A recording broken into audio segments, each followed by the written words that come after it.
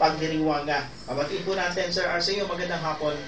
Magandang hapon sa iyo, Renzo, sa lahat ng ating mga tagapakinig. Salamat po sa pagkakataon at kami po inyong binisita dito at mabigyan po ng mga impormasyon at unang-una po ang pagbati namin dahil kayo po ay nagdiriwang o nagsa-celebrate ng inyong Maritime Week ngayong linggo ito ang simula. Ngayong araw.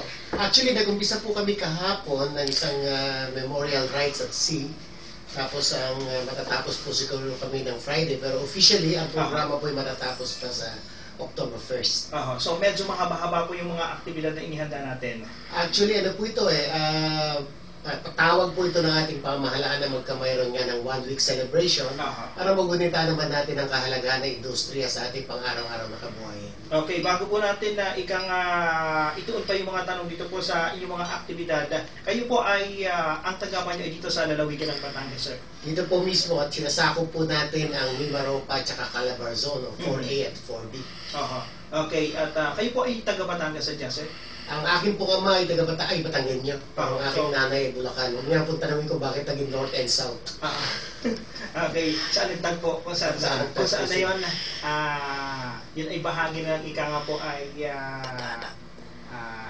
ay buhay ng inyong pamilya. Okay, at balikan po natin ito ilan po sa mga aktibidad na inihanda po ninyo na tulad nga po binabanggit ninyo kanina, kahapon pa pala sinimulan yung mga aktibidad. Dito po sa hawak nating programa ay Memorial Rites at Sea. Pwede po bang, bakit may ganitong aktibidad, sir? Actually, yung Memorial Rites at Sea ay paggunita at pag-alala doon sa mga namatay nating kababayan na naging simbolo na ng ating maritime industry. Karamihan dito yung mga tumulong o yung mga namatay during mga maritime accidents.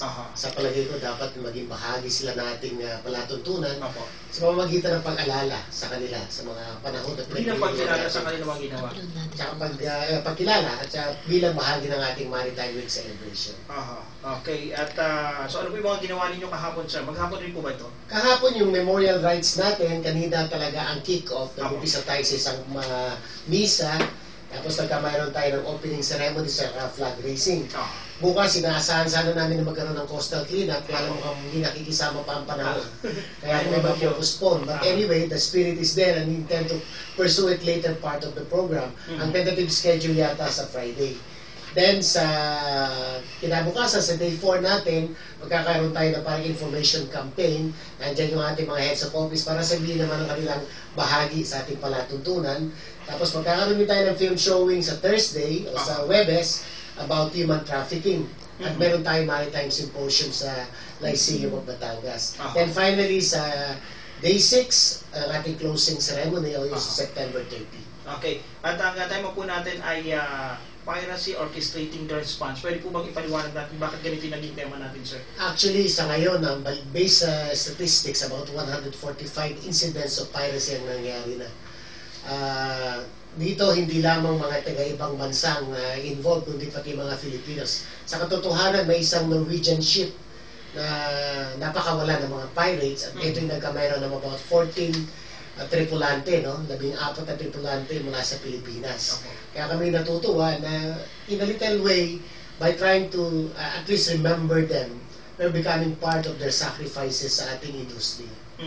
Okay, at mayroon din po kayo mga video presentation kaugnay doon sa piracy at layunin po dito para i-inform din yung ating mga kababayan kaugnay po din sa naging epekto dito sa atin. Tama po yan, Rez. Gusto natin buksan ang kanilang mga mata at tuluyang maintindihan o maunawaan ang mga issue katulad ng piracy at human trafficking na kadalasan nangyayari talaga sa ating industriya. Okay, dito po sa tree planting activity na medyo hindi ba natin sigurado kung kailan na, saan po yung target area natin na tayo magsasagawa po ng pagtatanim? Ang plano, alam ko, gagawin sa PPA grounds. Ito'y symbolic para lamang sabihin natin sa mga tao na tayo rin bahagi ng environment natin.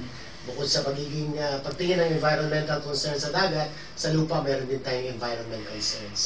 Pag ilang taon na po itong inyong pagunita, sa aking pagkaalam, base doon sa pinalabas na batas, ito yung ika-4 na pagdiriwang na nationwide.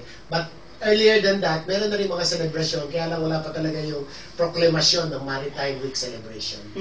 At dito rin po sa hawak nating program sa Day 5, meron po film showing kaugnay po sa video, kaugnay po sa human trafficking. At alam naman po natin na yung mga daungan natin talaga yung isa sa nagiging pasukan itong mga gumagawa po ng mga illegal. So ano po yung mga programa na ginagawa rin ng Marina para makatulong po mabawasan yung ganitong kaso, sir? Actually, yung human trafficking is more under the province of the Bureau of Immigration. Ang nakikipagtulungan po tayo dahil nga ang balita natin, marami sa ang barko na nagagamit talaga dito sa human trafficking. Kaya ang pakikipagtulungan namin, katulad din ng piracy, which is more under the Department of Foreign Affairs, ay nakikipagtulungan po tayo sa mga ahensya na to na matigil na po itong mga problema nito like human trafficking and piracy. Okay. Dito po sa symposium naman natin na nagaganapin po dyan sa Lyceum of the Philippines, mga estudyante po yung ating mga participants o yung mga audience? Karamihan po ito mga estudyante at saka yung iba pong miyembro ng ating steering committee na maaaring pupunta doon at makinig sa ating symposium. Bakit po sila yung tinarget natin na maging audience, sir? Well, actually, sa human sa piracy, kasama sa programa nito ay ang pag-iingat, ang tamang pagdadala. Kaya sa palagay namin, yung ating mga kababayan, particularly yung ating magiging tripulante, dapat malaman nila mga panuntunan. At the same time, mayroon sila ng mga idea on how to further prevent this when they started boarding ships, particularly sa international trade. Okay, kasi marami rin po ang nagtatanong at medyo nalilita. Ano po ba yung tanggapan ng Marina? Ano po yung role, ano po yung function, at ano yung tinatrabaho, sir? Actually, ang maritime industry ay, in a nutshell, ay LPO at saka LTFRB ng water transportation. Ang Marina ay nag-issue ng prangkisa, ang Marina ay nagre-rehistro, at ang Marina ay nag-issue ng seaman's book. So yun ang pinakamadaling pagpapaliwanag ko ng Marina. Okay. Like sa land transportation, di ba, kukuha ka sa lisensya, magpaparehistro ka, kami gumagawa nun sa water transportation. Sa pagkukuha ka naman ng prangkisa, punta ka sa LTFRB, ang Marina naman ang nag-i-issue rin ng prangkisa sa mga barko natin naglalayag dito sa ating kapuluan. Okay, dito po sa mga sa celebration natin, sa mga aktibidad na ating inihanda sa pagbulita po natin, may mga inigdahan po ba tayo, mga special na panahon, sir? Actually, bukod sa, ito kasi nationwide.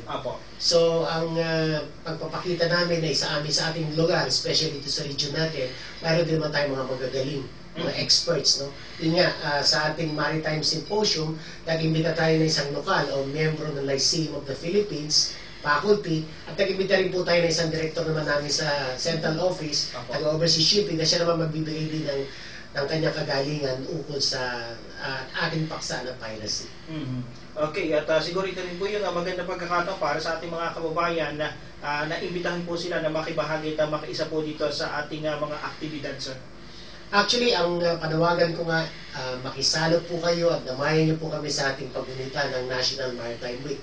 Katulad nga po na sinabi ko kanina, perhaps ito po ang industriya na naglalayon na talagang ilipat at i-transfer ang mga goods natin from one island to the other. According to the latest statistics kasi, 85% of passengers are carried on board ships. And about 90% of total trade are also carried by ships. So kung iisipin mo, Renz, kung walang shipping, walang gagalaw. Hindi maililipat ang tao, hindi maililipat ang ating mga goods. Hindi makakarating doon sa mga destinasyon na dapat puntahan. Especially yung mga agriculture products natin. Paano mo ma-imagine isa kayang kalabaw sa aeroplano? Sa atin, sa pamagitan ng ating shipping, nandiyan yung baboy, nandiyan yung kambing, nandiyan yung... Ito tinatawag namin mga low-paying fares. Ngunit nagiging objective niya talaga maglipat-lipat. Kaya kung wala ang shipping, sabi ko nga, paano na kaya ang Pilipinas? Hindi po ba nakasagabal naman sa mga aktibidad natin ngayong araw yung ating lagay ng panahon, sir? Actually, nakasagabal siya. Ngunit gusto kong isipin na katulad din pag nasa high seas ka, bahagi din ng bagyo. Kaya iniisip ko, kung may bagyo sa karagatan, may bagyo din sa kalupaan, at yun ay bahagi ng Maritime Industry Authority. Okay, at isa rin po namin naisitan ay baka isipin po natin mga kababayan na sakalang po naririnig itong tanggapan ng Marina pagka may mga ganitong aktibidad yung inyong tanggapan. Ano po yung mga pinagkakabalahan at pinututukan ng inyong tanggapan? Ginamagit po ninyo na kung sa lupa para kayong LTO. So ano po yung mga programa ninyo? Sa ngayon po, ang pinakamalaking programa na inaayos ko po ay ang onboard services ng ating mga bangka. Pagdating ko po dito, ang mga barko pati, Pagdating ko po rito kasi marami ako natanggap ng mga reklamo Apo. hinggil sa onboard services, maraming kubeta, maliliit na higaan, Apo. masisikip na upuan. So ngayon po, sa totoo lang, umiikot na po yung mga tao ko sa Pantalan at chinecheck na po yung mga standards, yung mga onboard services natin. Siguro at the end of the week, meron po ako ng feedback, makakagawa po tayo ng kaparaanan para mapabuti. Isa pa sa tinututukan namin ngayon ay yung malaking problema natin tuwing may bagyo. Yung tinatawag natin mga stranded passengers. So ngayon, iniisip namin na magkamayroon ng koordinasyon sa Philippine Coast Guard, sa PPA, nang sa ganun ay mabawasan yung incidents natin ng stranded ng passengers kasi nakakaawat, wala nagpapakain. Yun ay ang mga tinututukan namin. For the meantime, ayoko naman masyado magkwento kasi ako mas gusto kong nire-report yung ginagawa namin kaysa sinasabi yung gagawin namin. Tama. At siguro naman nakikita natin mga kababayan din na pumupunta dyan sa Batangas Port na nagkakaroon ng pagbabago ngayon sa sistema. Okay. At isa pa rin po sa nais namin itanong sa inyo, sir, ay ito pong may kaugnayan pa rin dito sa binabanggit po ninyo kanina na pag-i-issue po nitong yung seafarers na yung Seaman's Book. Okay, kasi nagkakaroon din po ng issue dyan. Bagamat medyo malayo po dun sa inyong programa, pero sa mataling po yung pagkakataon na kayo po yung aming nakaugnayan. Kayo po ba ay ilang buwan na dito na-assign, sir? Nag-umpisa po ako dito noong Abril 11 lamang. So medyo ilang buwan pa naman. May hitinit pa. Okay, at saan po kayo galing na area, sir? Galing po ako sa Manila, sa Manpower Development Office, yung pong nag-i-issue din ng Seaman's Book. Binanggit nyo po na pati ni Maropa sakop ninyo. Opo. Okay, so paano po yung monitoring na gagawin natin? Medyo malayo po yung area na yun. So ano po yung...